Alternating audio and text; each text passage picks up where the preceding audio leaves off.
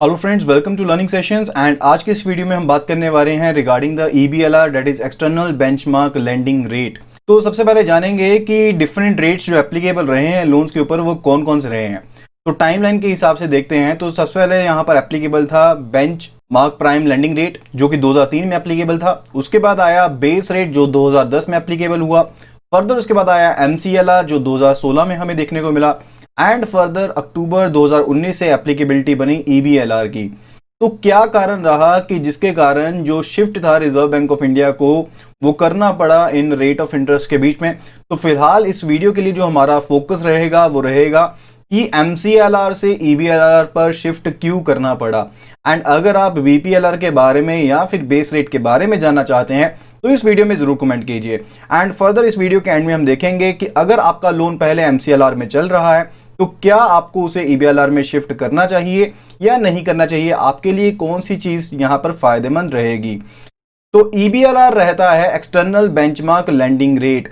Benchmark का मतलब है कि आप किसी और क्राइटेरिया के ऊपर फोकस करें। तो इसकी जरूरत क्यों पड़ी, सबसे पहले इस चीज के बारे में हम यहां पर जान लेते हैं ताकि जो बेनिफिट था इंटरेस्ट का, यानी कि जैसे ही गवर्नमेंट जो थी रिजर्व बैंक ऑफ इंडिया खास करके यहां पर अगर कहेंगे जब वो रेपो रेट को यहां पर चेंज करती है, जब यहां पर reserve bank of India repo rate को चेंज करती है तो बैंक क्या करते थे, उसका बेनिफिट जो था वो साथ की साथ कस्टमर को प्रोवाइड नहीं करते थे। साथ के साथ कस्टमर को जो बेनिफिट था वो प्रोवाइड नहीं किया जाता था। लाइकवाइज आप ये मानकर चलिए कि अगर रेपो रेट में 25 पैसे की 25 बेसिस पॉइंट की अगर कमी हुई है तो वहां पर बेनिफिट जो था कस्टमर को वो साथ के साथ नहीं दिया जाता था, उसमें काफी ज्यादा डिले रहता था। लेकिन उसी तरफ अगर रेपो रेट को इंक्रीज किया जाता था तो वहां पर जो बैंक थे तो वो अपना रेपो रेट यहां पर उस लोन के रेपो रेट के बढ़ने के साथ लोन रेट को इंक्रीज कर देते थे। तो कहने का मतलब था कि कोई ट्रांसपेरेंसी सिस्टम में नहीं थी।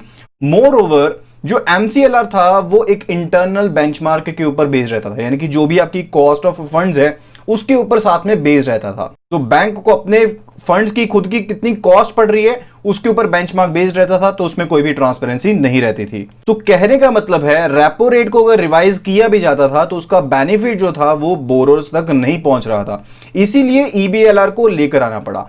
EBLR का मतलब क्या है कि आप किसी एक्सटर्नल बेंचमार्क को चूज करेंगे जो कि डिफरेंट क्राइटेरिया के बेस पर सिलेक्ट हो सकता है, जिनके बारे में फर्दर भी पढ़ेंगे, ठीक है। तो वहां पर उस बेंचमार्क के बेस पर ही आप अपना लैंडिंग रेट जो होगा उसे फिक्स करेंगे। तो लैंडिंग रेट में कंपोनेंट की अगर हम बात करें तो 3 तरह के मेन कंपोनेंट रहते हैं। एक आपका रहता है बेंचमार्क रेट, यानी कि जो बेसिक रेट आप कंसीडर करेंगे। लाइकवाइज अगर हम कहते हैं रेपो रेट 6% का है तो आपका बेसिक रेट हो गया कि आप उससे कम रेट पर लोन नहीं देंगे। उसके बाद रहता है credit risk premium. Credit risk premium का मतलब है कि जो भी बोरोर है जो उसकी रेटिंग की गई है उसके हिसाब से आप कितना उसके ऊपर इंटरेस्ट चार्ज करेंगे। लाइकवाइज एक बोरोर है जिसकी क्रेडिट रेटिंग कम की गई है, यानी कि क्रेडिट रेटिंग उसकी वीक है, डिटेरियोरेटेड है, उसके केस में जो इंटरेस्ट चार्ज होगा वो ज्यादा होगा। रिस्क ज्यादा है तो वहां पर इंटरेस्ट भी ज्यादा चार्ज होगा। जहां पर जो रिस्क रेटिंग है, क्रेडिट रिस्क रेटिंग है, वो बेहतर है, उसके केस में जो क्रेडिट रिस्क प्रीमियम होगा वो कम रहेगा। सो एक वो कंपोनेंट रहता है। उसके बाद बात आती है रिगार्डिंग द स्प्रेड। जब हम स्प्रेड की बात करते हैं तो लेमन लैंग्वेज में अगर बात करें तो बेसिकली आप बात करें रिगार्डिंग द बैंक प्रॉफिट। तो बैंक कितना प्रॉफिट कमा रहा है, ठीक है, यानी कि बैंक को कुछ एक कॉस्ट पड़ रही है फंड्स के ऊपर। अब फंड्स के कॉस्ट के ऊपर बैंक कितना पैसा कमाना चाहता है, that is the spread over it. तो मेन क्या कारण था EBLR को लाने का कि जो रेपो रेट में रिवीजन्स की जा रही हैं उनका जो बेनिफिट है वो एंड यूजर यानी कि बोरोर तक पहुंच पाए एंड सिस्टम ज्यादा ट्रांसपेरेंट हो पाए, इसलिए EBLR को यहां पर इंप्लीमेंट किया गया। एंड EBLR को इफेक्टिव किया गया फ्रॉम 1 अक्टूबर 2019, यानी कि जितने भी नए पर्सनल रिटेल MSME के फ्लोटिंग रेट लोन्स थे वहां पर EBLR को मैंडेटरी कर दिया गया। एंड यहां पर साथ ही साथ बैंक्स को यह भी एडवाइस किया गया कि वो बाकी लोन्स के लिए भी इसको क्या करें, अडॉप्ट करें, इस सिस्टम को अडॉप्ट करें। अब बात आती है कि EBLR के लिए बेंचमार्क कौन सा इस्तेमाल होता है। तो इसके लिए रेपो रेट को बेंचमार्क की तरह इस्तेमाल किया जा सकता है। फर्दर जो ट्रेजरी बिल है जिसकी जो यील्ड है वो 91 डेज बेस्ड है या फिर 182 डेज बेस्ड है, उसको एज अ बेंचमार्क इस्तेमाल किया जा सकता है।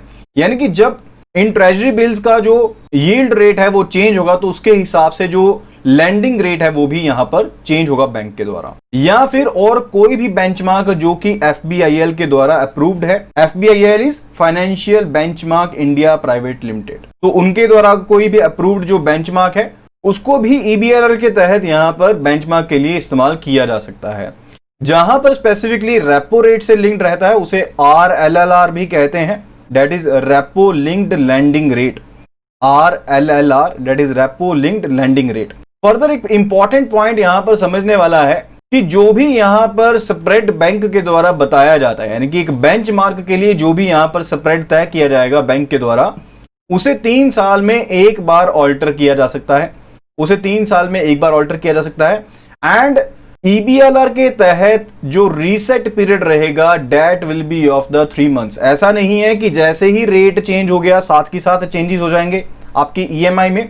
EMI में जो चेंजेस होंगे वो 3 महीने में एक बार होंगे, यानी कि जो रीसेट पीरियड होगा वो 3 महीने का होगा। अब बात आती है कि क्या हमें MCLR से EBLR की तरफ मूव करना चाहिए या फिर MCLR को ही फॉलो करते रहना चाहिए। तो पहली चीज है कि कहीं ना कहीं अगर देखें तो चाहे वो रेपो लिंक्ड लैंडिंग रेट है, यानी कि EBLR में अगर हम रेपो लिंक्ड बेंचमार्क रेट की बात करें तो चाहे वो RLLR है चाहे MCLR है, कहीं ना कहीं ये रेपो लिंक्ड ही है।